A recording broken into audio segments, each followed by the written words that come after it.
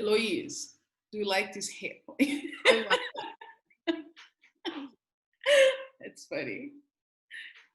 So we Okay. started recording. Recording, yes, we started and broadcasting 3, 2, 1.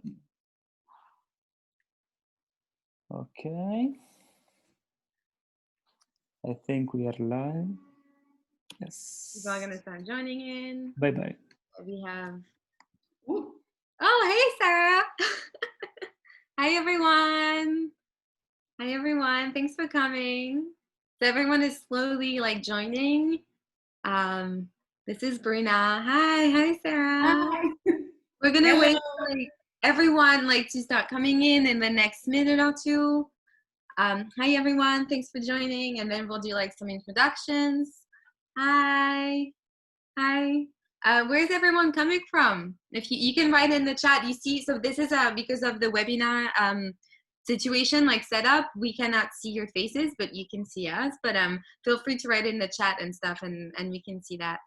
From New York, from Brazil, hi.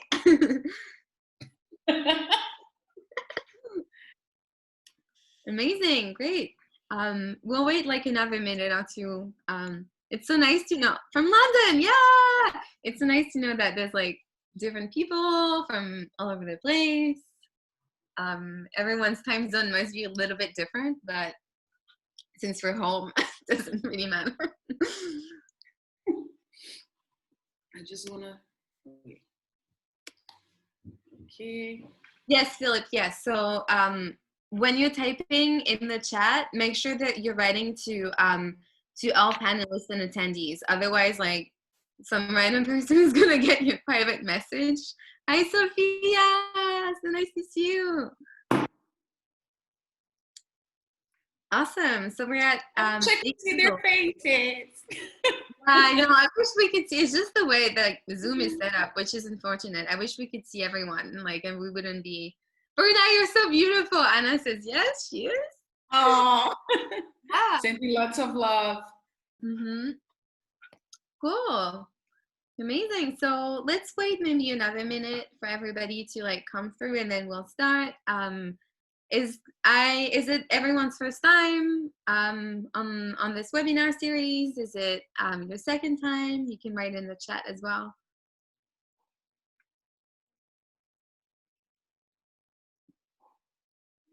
Hi, Jason. Welcome. Oh, I miss you.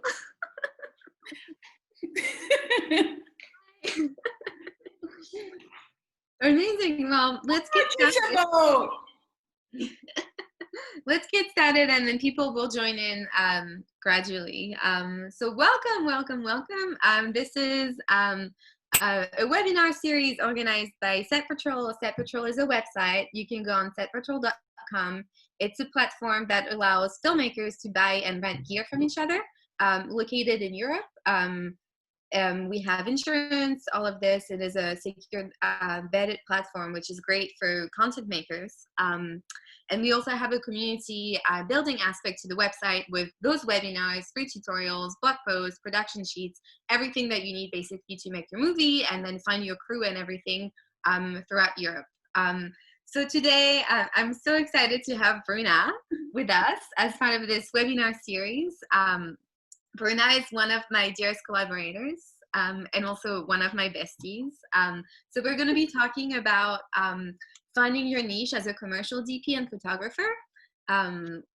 We're very lucky to have Bruna with us today. I think Bruna is you're somebody who's so special, who's so talented. And I think we can, all of us pursuing commercial photography and a career as a DP can really learn from you. So let's get started. I want to ask you a couple of questions. So first of all, can you introduce yourself, your background, and what you do, and tell us a little bit about all of that? Cool. Wait, let me just, because I'm sorry, I'm just going to close my, okay. Hi, everyone. Thank you so much for joining us. Thank you so much, Eloise and SetPatrol, for this invitation. I feel like in the middle of this pandemic, feels nice to like go back to work and talk a little bit about being creative. But so thank you very, very much. So yeah, my name is Bruna. I'm a photographer for the past 10, 12 years, I guess. And then I started to join film about 2 years, more or less. So I live in New York for the past 5 years. I'm currently in Brazil because, you know, the pandemic and like I came here for vacation. I got stuck here. But yeah, like I've been taking photos for a long time, and it's not recently until I found out like what my niche was and what made me comfortable to photograph. And I discovered that when I moved to New York, because I was like I needed to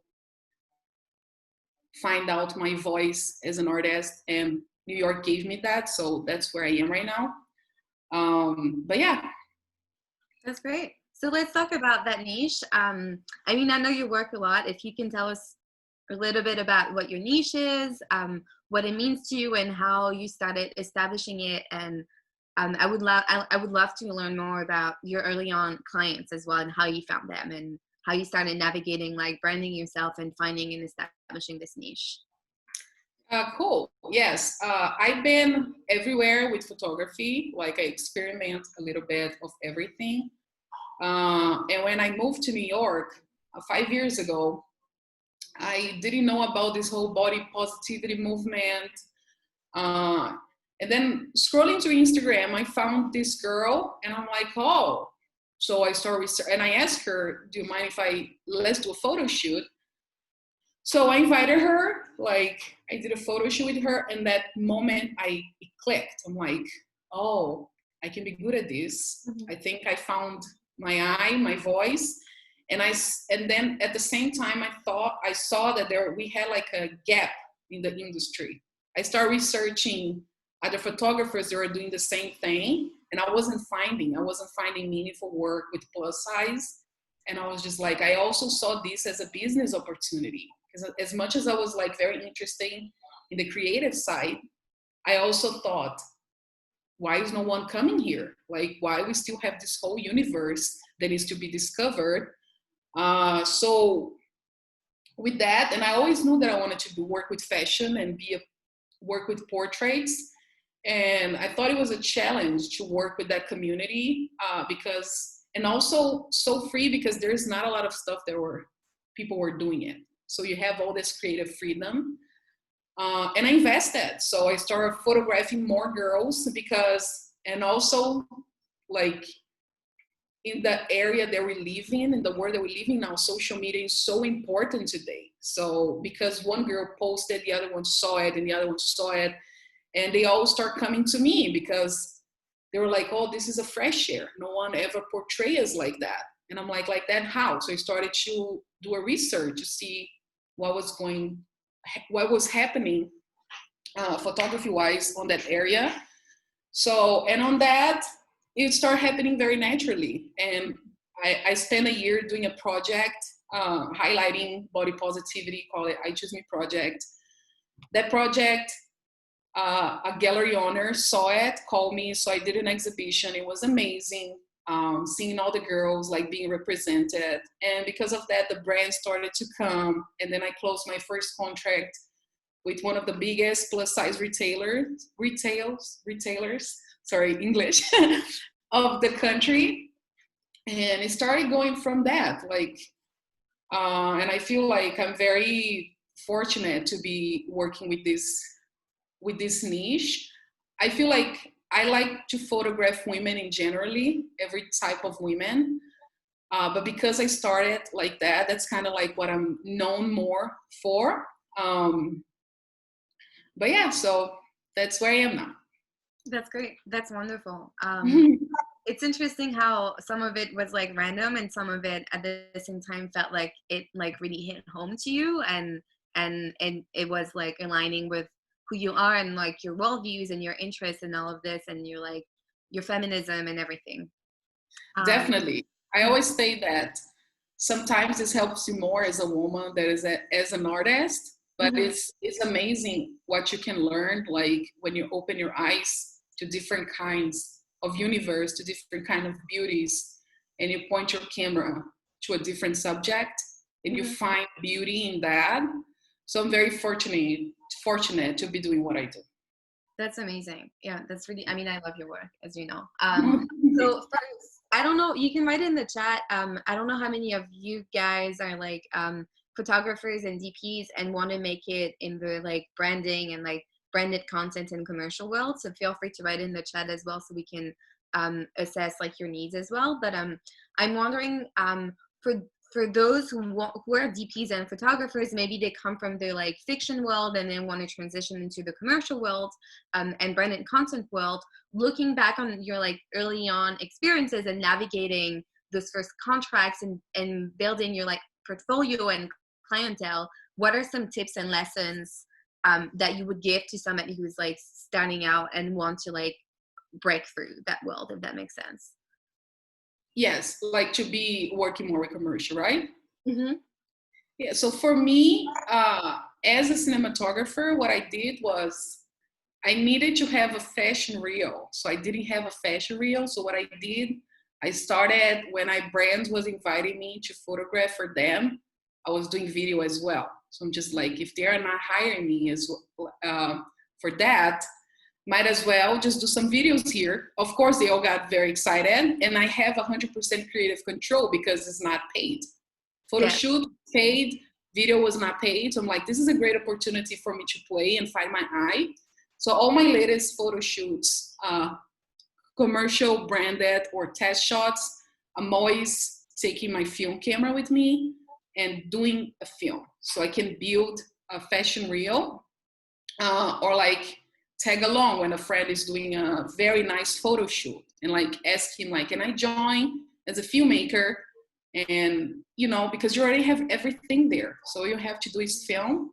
So because of that, I started doing my reel with fashion, and now people are actually like seeing me, seeing that I do this kind of content, and then are reaching out to me like that.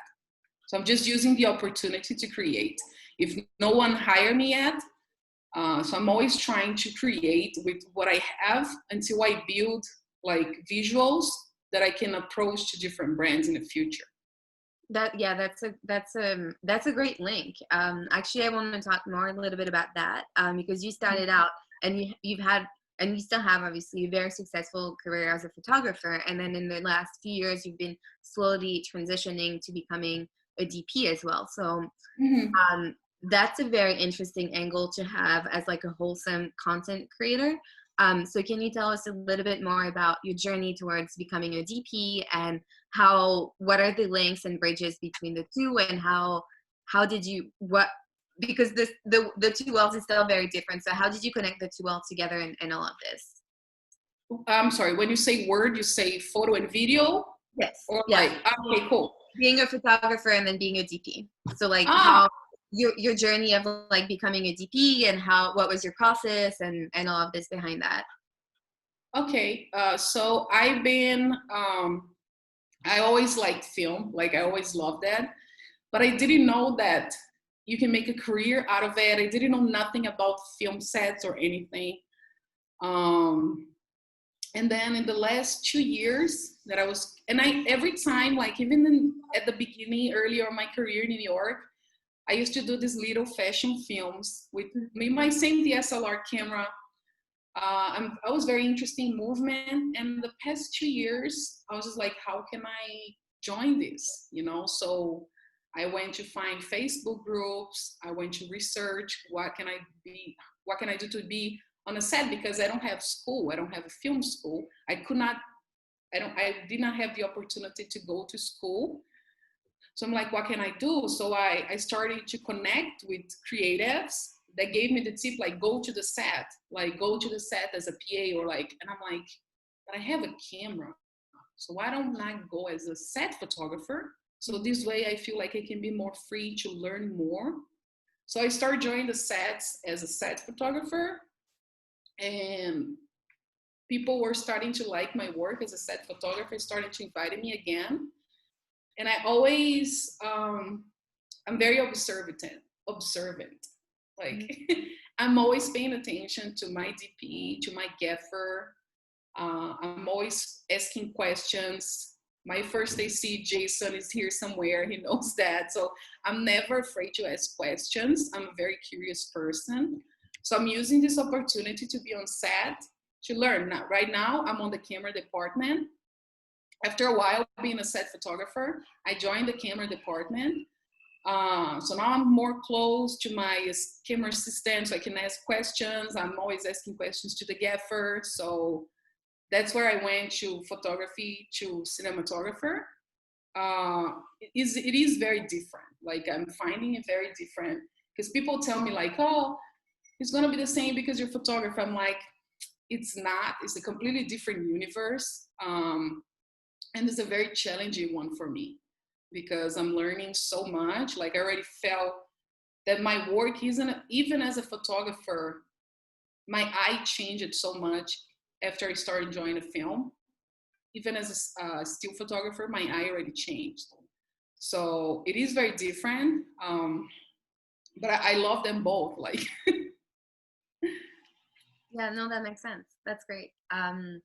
And I guess since you've been working as both, I'm interested to see the commercial DP aspect and how you combined it with your commercial career as a photographer. Were you able, like, do clients hire you for both now? Were you able to like tell clients that now you're also doing video? How did you navigate that? And also find, I guess, how did you transition your niche as a commercial photographer into being a commercial videographer and like video content maker? yes, after I started doing the fashion shoots on the, I started to selling myself as a cinematographer as well. But I'm always like, because people still know me a lot as a photographer. So because I didn't have a lot of material, like I said previously, with film, I started to join the set and introduce myself as a cinematographer.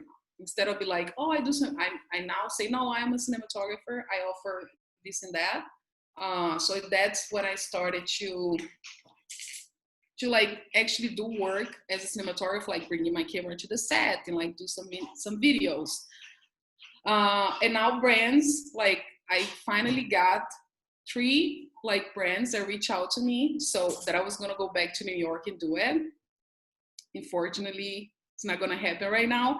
But like I was happy to see that a brand reach out to me as a looking for a cinematographer, because I build that reel, you know, and I look for a brand and I show them my work. Like usually brands, they hire me as a photographer. So I'm just like, oh, I'm doing video now as well. Please take a look at my work if you want something like in the future. So it's been very positive, and I wanted to still continue on working with my niche, because film wise, still the gap is even huge. It's even bigger. Like on stills and fashion, we're working, but like we still don't have a lot of stuff video wise with the plus size community and like different like people. So on a business side, there's a huge gap that waiting for people to join and create meaningful content. And there's a lot of money there as well, you know? So that's where I want to go with my cinematography as well, to create meaningful content for brands and do something very nice for brands using the same niche that I have. That makes sense. I know that you wanted to maybe show us some examples of your work with some slides as well. Oh, yes. So I don't know how to do here. I think I can share my screen, right? So I can show a little bit of my first real project as a DP, which was it was right on my alley, and my dear friend Sophia directed and wrote a beautiful piece about love poetry, about self-love. And when she invited me, I was very happy because it was right on my alley and I felt very comfortable. So we managed to create some very nice, soon we're gonna put the video on so people can watch the film, but I can show some stills. And because of, speaking from a little bit of a branded point of view, because we shot this in LA last year, and because I had a connection there like a lingerie connection. Like I managed to talk to this girl from this brand. We managed to get like lingerie. So I'm always, even when I'm traveling, I'm always reaching out to brands. So let me see if I can, let me open here first. Actually, let me put you like here.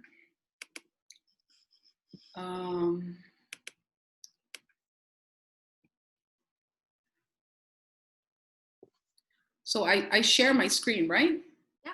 If you just click on share screen underneath, you'll be able to share your screen. It says that the host disable attended screen share. Okay, never mind. Sorry, That's guys. okay. If anyone wants to see it, like, because I have some stuff that I would like to show, just reach out to me and I can forward to you guys some of examples that I'm seeing here. Absolutely. It's interesting. So I want to learn more about how, okay, a couple of things. So how, because you're mentioning you went to LA, you reached out to brands. I would love for you to share some tips about like actually networking and how you reach out to like agencies and brands as you're building your like clientele and portfolio. And then what are some like tips that you have with business management for those who are like building their brands, like contracts, all of this, and then maintaining your integrity, all of this. Mm-hmm. So yeah, I feel like us as artists, me especially, I hate paperwork. I don't like to talk like business, but I realize that we are our face. We are the face of our business. And today I'm always trying to like present myself in a way that I will like want people to hire me. So I always, sorry, I have a draft here, people, because, you know, I'm learning. So some tips that I learned on this process I always like to keep, as I have a niche, I always like to keep and be faithful to my artistic vision. Like, I feel like people will find you. Like, because a lot of people get stuck up, but there's a lot of photographers, there are a lot of people doing this and that, but like, just be true to who you are and don't look to other people like that. Be faithful to your job. People will find you. And I always have a contract. I learned the hard way that we need to have a contract. Like, we need to present ourselves, you know, in a business way for brands. So I have contracts about everything that I'm doing. Like, even if I'm doing a quick photo shoot, I have a contract. So brand-wise, I'm always, I like to introduce myself. If I'm traveling, I'm always reach out to a brand and be like, oh, I'm going to LA for a few days. Do you have anything that you would like to shoot there? And yes, they send me stuff. They reach out to a girl. I do a photo shoot there. So I'm always reminding a brand that I exist.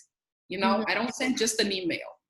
Like, I send an email, I tell where I'm going, I send them new stuff that I'm doing. And Instagram has been a very helpful tool. So I try to connect with people, like even in my trips, I try to connect with different models because they are going to spread the word about me there. Like, it already happened the last 2 times that I've been there, that I shot content for brands in LA because I told them that I was going to be there. But yeah, what was the other question? I'm sorry, I forgot. Yeah, no, I was just wondering how do you approach brands, but I think that's a really good response, unless you have some other tips. I mean, you said that when you're traveling, connecting to brands is one thing, but when you're in New York, how do you find new clients as well? It's the same thing. I'm always like, if I see that I want to really work, I've been very fortunate that a lot of the brands are finding me because I use Instagram to my favor. So I work, like 98% of my work comes from Instagram. It's such a powerful tool. I like to choose, because today we have so many influencers, and when you work with an influencer, you work like can be seen with millions of people, you know? So because of that, brands see you because they follow a lot of those influencers. So they see you, they found out about you. But if there's a brand that did not reach out to me, I reach out to them and be like, oh, I see that you're working on something that I might have something that is on your alley. So I always introduce myself. Like I always sending emails. I'm always saying hi. I'm always building this relationship with this brand. So this brand can find me in the future. I'm always telling them that I'm here, you know, because there's a lot of people that are here. So I'm always like reaching out and be like, oh, I'm working on this today. Like, you know, I always try to send a little bit of my latest work for the brands. That makes sense. Yeah, that's. I think that's very valuable advice. I have one last question for you, Bruna, and then we're gonna open up a Q&A. So if you guys have some questions, feel free to start writing in the chat now, and then we'll respond to them. So I'm interested also in learning about how you. I guess you talked about the process of finding your niche and everything, but in a more general way, for people who want to have a niche and want to bridge the gap, but they have no idea where to start because your niche was rooted in your activism, your worldviews, your personality, everything. Like, how can other people find their own niche, and what do they need to connect to and think about so they can start seeing what their niche is? Okay, I think it's very important, first of all, to find a niche that you feel connected to it. Like, you cannot just find a niche and be like, oh, I think I like this, because this is something that you're going to invest your time and your energy and your ears doing that. So my first tip is just like, for photographers and people that work with art, like to find something that you like. Like, you cannot join and be like, I want to be a landscape photographer, but I don't like landscape. So there's so many fields that you can go. So if you find that, like, let's say I want to be a fashion photographer. So you start researching what are people doing, what's going on. You start researching like when I started as a plus size photographer, I researched my competitors, like, because I realized there was like maybe 2 or 3 other photographers in New York that were doing more or less what I was doing. So I went to their website. I reached out to see what are they charging, because it's different. For me, what was different is like a lot of people start asking me like my rates, and I'm like, I have no idea how to charge here because I come from another country. It's different there. So what I did, like, I actually create fake emails to send to these girls as a model to see what was their business like. And then I was like, oh, people here, they like packages. So I'm going to start doing packages because in Brazil, like where I am, a lot of the times we just offer a photo shoot and it's like that. But I realized that in New York, people like options. So I'm always giving them options. So I researched my competitors. I saw it from a business side, you know, not just the creative side. The creative side is already there. So I'm like, how I'm going to make it in this niche? So I saw there's just like 2 or 3 girls doing the same. So a lot of the girls start coming to me. And another thing is just, I see a lot of photographers or a lot of content creators, they're just complaining because they don't have an equipment or they don't have a nice camera. And I'm like, that's not an excuse today, because we have amazing phones. We have amazing ways to create content, meaningful content that is not, you don't need to have a fancy big ass equipment to make you be seen. Like, there's so many examples, like Time did an editorial with 10 covers, all of them shot an iPhone. Lady Gaga's new music video was all shot on iPhone. So I'm more about the eye than the equipment. So to me, it's just, my first tip is to like find what you like go out, create, test shots. Don't do test shots. Like the last test shot I did in New York, I had a day free. I called a model to my apartment. We did a shot. And because of that shot, I was invited by a very meaningful plus size magazine, the biggest magazine in the country, because they like I got an email from the editor-in-chief saying like, we want you to shoot a new cover because we really like what you did here. So I got that gig because I did a test shot. So test shots are super important.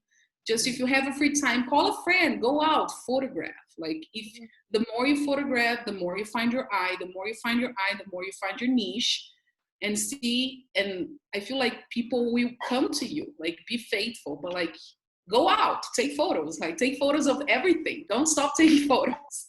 Yeah. Same thing with video as well. Like yes, same thing with video. Same thing. Like I'm always, every time, like I cannot imagine myself not shooting video anymore. Like on a photo shoot, I'm always doing even if I have just my iPhone, I'm doing a video. Like I want to learn, I'm doing more because I feel like that's the way you grow. And like, there's so much YouTube tutorials. Like if I'm working and I don't know something, I open a YouTube tutorial and I watch, I connect with my friends, I ask questions. So I feel like we have like this whole window of opportunities, but people get stuck to like, oh, but there's a lot of, and then today I feel so blessed that today we have so many girls photographing plus size. Like that's amazing. Like there's so many people, but I'm still I didn't lost space because of that, you know, like I'm still relevant on the industry because people get afraid that like, oh, there's a lot of people doing it. I'm not sure what I'm gonna add. You're gonna add your eye. You're gonna add your art, and people will see that. You know. Mm-hmm. So I don't know if anyone agrees. Like, if you have any thoughts, I would love to hear. But yeah. Yeah, we're starting to get some questions. So let's dive into it. Jason, hi, is saying, when you reach out to influencers, do you usually offer to shoot them pro bono? Do you reach out to a lot of influencers? It depends, because sometimes I get reach out for a lot of some girls that reach out to me. I'm like, I want to do a shoot. And if I see it doesn't have a potential, like I'm not open to everyone. But if there is a girl that I really, really want to shoot, that I want to create, and it's going to be helpful for me and her, I will reach out. Be like, oh, I have this idea here. I wonder if you want to join. And I try to bring more people. Like I try to get a makeup artist or stylist. And I tell everyone like, this is to help everyone. No one is getting paid. So I reach out. Some of them reach out to me. If I found that they are interested, that I can do something pro bono, I will do it. If not, I'm going to charge you. Like, it's not open to everybody, you know? Yeah. So if you see that you have that girl, like, is doing something, that girl is interested, she has a lot, and also like how I can get from that as well, business-wise. So yeah, if there's a girl that I really like, I'm going to reach out and be like, yo, let's take some photos, you know, let's create. But yeah. And like you were saying earlier, also it depends on your momentum and where you are with like building your portfolio and clientele, right? So when you're like just starting out to find your niche and stuff, probably you can do that, and then you have to start, just like any business model, you have to start creating some boundaries, just like you were like explaining. Exactly. Like you cannot, because you have today, like a lot of people, like Instagram is very good for this, but it's funny sometimes how you act like, oh, some influencers, they're like, oh, do you want to take my photo? I will post you. And I'm like, there's a line, like, I don't think you don't want to create. So I pay a lot of attention to that. So I want to create with someone that is open to create with me. It's not just to benefit her. It's not just to benefit me. It's going to benefit both of us. So I always pay a lot of attention to that. But yeah, I reach out to, if I have something in mind, like right now, I just wrote, we have a lot of time on the pandemic, right? So I just wrote like this tiny script, and I already reached out to someone and I already explained. So I'm always like, you know, and there's a lot of people out there that really wants to create. So yeah, I feel like Instagram is a great tool. Like, Absolutely. We have Natalia, who's asking a question about staying creative. So this is on point. How to stay creative working with a niche, I guess, first question. And then how do you keep yourself motivated in a creative way, especially now during everything that's going on? And then she says, I love her work. Yeah. Sweet. I feel like how can you be creative working with the niche, because it's still like very new. I always think that every time I'm shooting a girl, I have a white canvas in front of me. I always like to think that way. And sometimes it can be very creative, being very simple. So at the beginning, when I started to search for brands, I realized that a lot of the brands that are working really like street style. So a lot of my earlier jobs with plus size were like street style. I'm like, how can I be still creative shooting street style, you know? So I'm always trying to navigate ways to be creative. It can be location, it can be different makeup, different wardrobe, and just trying to really get out of my way. Photograph with lenses that I never used to photograph. I try to get out of my comfort zone, because you get used to photograph with the same lens, with the same settings. So I'm trying to I get out of my comfort zone. I bring different equipment. I bring different lights. I'm always try to see what can I do here that it doesn't look exactly what I did before, and be faithful to that work. I was seeing the other day a TEDx by what is the name of that actor that did 500 Days with her? That very cute actor. I forgot his name. Do you know? 500 Days of Summer? Yes. Do you know that actor? Gordon Levitt. Oh, yes. Thank you. So he did a TEDx, and he was I will send you guys link if you guys want to watch it. It's very interesting about how we live in a society that is so connected to the likes, that he asked, are you creating your job for yourself or for others? And that hit me so much, because you see that a lot of people, they create, especially like on Instagram, you have all the photos, they look the same. Oh, you have the same presets, everything look the same. And I'm like, is this person creating something for her or creating something for others? Mm-hmm. So that's when I'm trying to be creative, I'm trying as much as I can to get out of my comfort zone and be like, don't think about anyone else. Just be faithful to your shot right now. If you shot a very weird angle, like that, you know, like this is your eye, explore that eye. So yeah, that's how I keep creative working with the niche, I guess. Mm-hmm.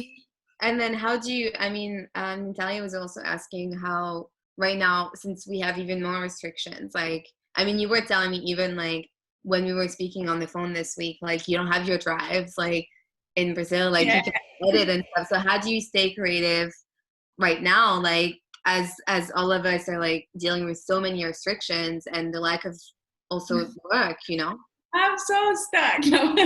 It's because I'm in Brazil right now, and all my drives, my computer, everything's there. I could be working on work that I've been stopped there, but I don't have anything here. So what I'm doing to try to be creative is I'm doing some FaceTime shoots, which are very fun to do. So I reach out to a girl and we do a FaceTime and I do some photo shoots. This has been very fun. I'm also creating a web series that I'm working on right now. It's called The Quarantine Diaries, where I'm portraying people through FaceTime, how they're dealing with being quarantined. So I just shot the first episode. It's going to be on soon. And this is video. This is video, yes. This is a video content that I did with an actor. So I call her on FaceTime and I direct her with what I gave her a plot and be like, I want this to be like an actor that is super bored. So we did some shots of her getting drunk in the house and dancing. And I did a little script that we're going to do a voiceover. So I'm planning to do 5 episodes of that. So each one of them highlighting a different personality. So through FaceTime. And yeah, that's how I'm trying to be creative, because I literally have nothing here in Brazil. I have my phone, which I'm doing another thing that I learned when I was starting. I used to take a lot of self-portraits because when I started, I didn't have people to pose for me. 10 years ago, I used to have my friends sometimes. If my sister is watching this, she would tell it's true. I used to build scenarios and click, but if I don't have people, I had to shoot myself. So I learned so much on that process, and it helps me a lot when I'm talking to a girl, when I'm posing a girl. So I feel it's very connected. I mean, for me personally, like I don't feel that it works with everyone. So I was just like, let me see if I can take some portraits, you know, and a lot of the self-portraits is ideas that I wanted to use on another shot. So, but yeah, that's how I'm trying to stay creative. I love that. It would be nice to hear from you guys as well and how you stay creative. It's true. Yeah, 100%. Because it's such an unusual time, but we have to adapt. Yeah. If we don't have any other questions, we're gonna wrap it up. Bruna, do you have anything else that you want to add for the future, or like any last thoughts that you want to share with us? I feel like I will keep tagging on that, is to, if you're a photographer, if you're a cinematographer, and you want to find your voice, especially like even if you want to work with like directors that are close to your eye. Like I have friends that I'm working with, that I have friends that have the same eye that I have. If I'm being their DP or if I want to be their director, we have kind of like the same eye. So tips that really work for me here is just make sure you're doing something because you like doing it. So be faithful to your art, always, number one. Don't do stuff. Of course, we all want to make money and we want for brands to see us. But I feel if you get connected to yourself and to your art, it is going to come to you. Like we see examples like the guy that shot Beyonce's Vogue magazine. Like you see his work and you see how faithful he is to his eye. Have like a lot of people asks me as well about how to behave as a creative. So I feel like in New York, because you have so many people doing the same as well, it's not just your art that is going to highlight, like it's how you behave on set, it's how you're being respectful towards other people. Like it's the whole environment that you are. It's not just, okay, I'm going to click here, I'm going to go home. It's much, if you want to create a brand, it's much more than just your photo. It's just your video. It's how you present yourself. You know, when I'm on set, I'm always very respectful of my crew, of my talent. I'm always talking to my models. I always make sure that they feel comfortable, because the more they feel comfortable, the more I'm going to have the shot that I want. You know, so I'm always trying to be positive. And yeah, like I feel like if you want to find your niche, just take photos, go out.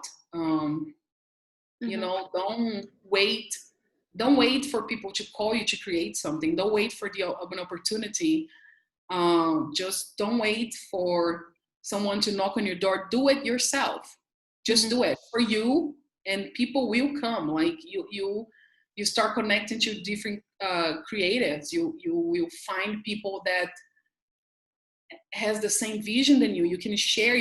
Another thing that I really love about the film community is how it brought me so many amazing people. Like I have, like you, and I have a bunch of friends that I can share, that I can connect, that I'm always talking about. Every time I'm going out with my friends, we do a lot of shenanigans, of course, but we always talking about work. We always talking like, oh, have you seen this new video? Have you, how did you do that? We're always sharing like Instagram lives, like we always sharing content. So, and yeah, and surround yourself with people that are going to lift you higher, you know?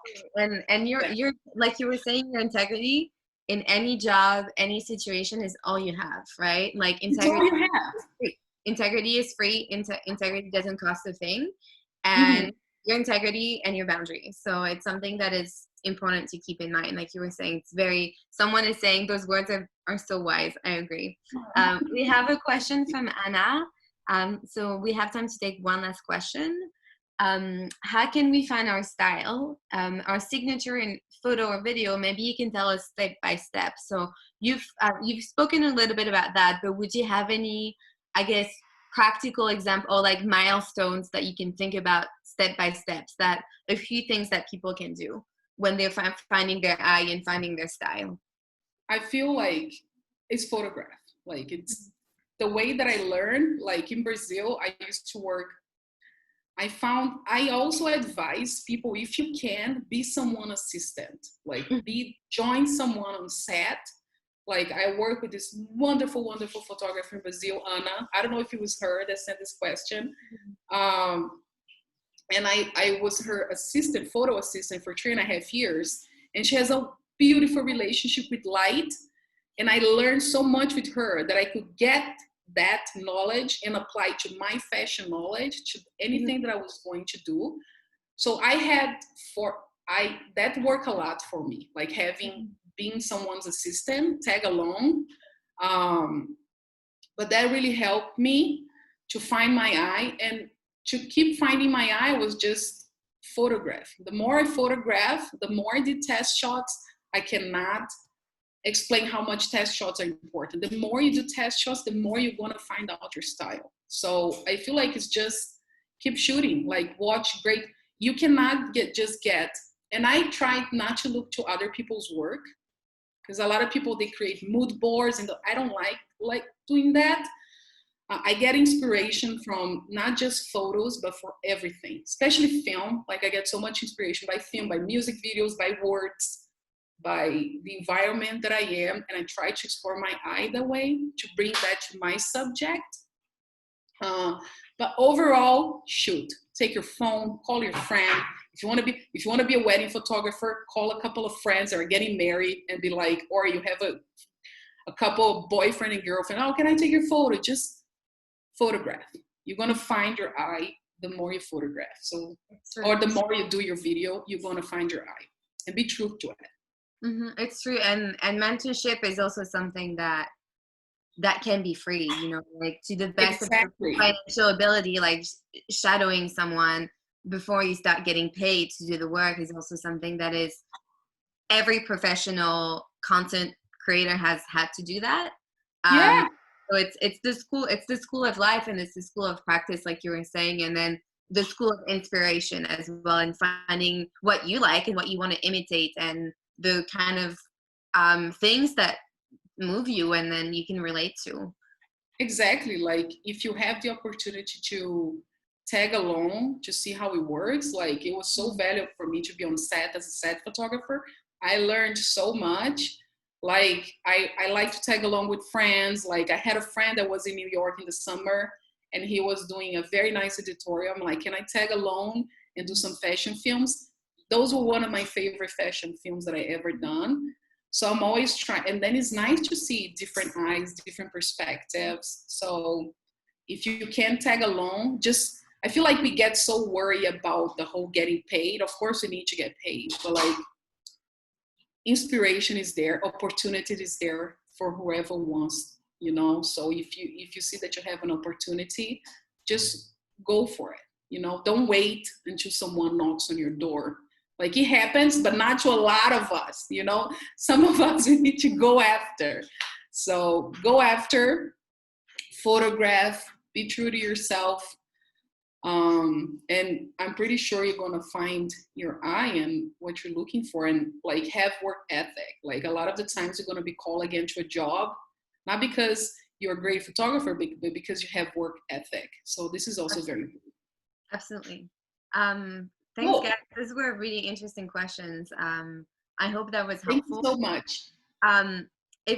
Bruna, do you want to share with us like your socials and how we can get in touch with you if we have any other questions? Cool. I have an Instagram right now. It's at Bruna Lacerda. Or if I have a very thick accent, would be Bruna Lacerda.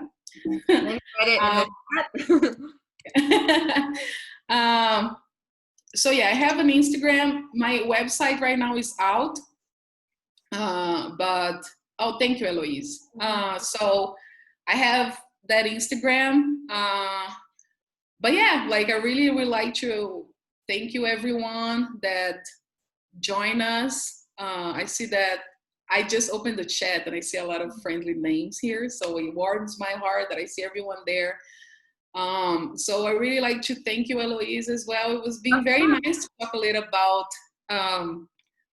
my journey, you know, and the creative process. And if anything that I said here help anyone, it makes me very happy. I'm very open to any questions you guys might have. All my friends know to just reach out to me, like we can discuss. So I hope this was very cool for me, and I hope you guys like that. Absolutely, and thank you. I think that was a very inspiring conversation for me as well. You can find, if you want to watch this webinar again, or if you want to send it to a friend or something like that, you'll be able to find it on Facebook Live, and then on our website, eventually on setpatrol.com. If you're a content creator based in Europe as well, it would be interesting for you guys to like look into our website as well, because we do help, especially on when you're starting out and you have like, or you're working with ultra low budget, or like for photography, for fashion shoots, and you have a tight turnaround, like, and you need film equipment, you'll be able to rent from other filmmakers and other photographers and list your gear and make money and everything. So it's also a great resource for independent content creator who are based in Europe. If that's any of you guys. So thank you for coming today. It was a pleasure. I love you, Bruna. Love you. Love everyone. And we'll see you guys soon. Okay. Bye. Bye-bye.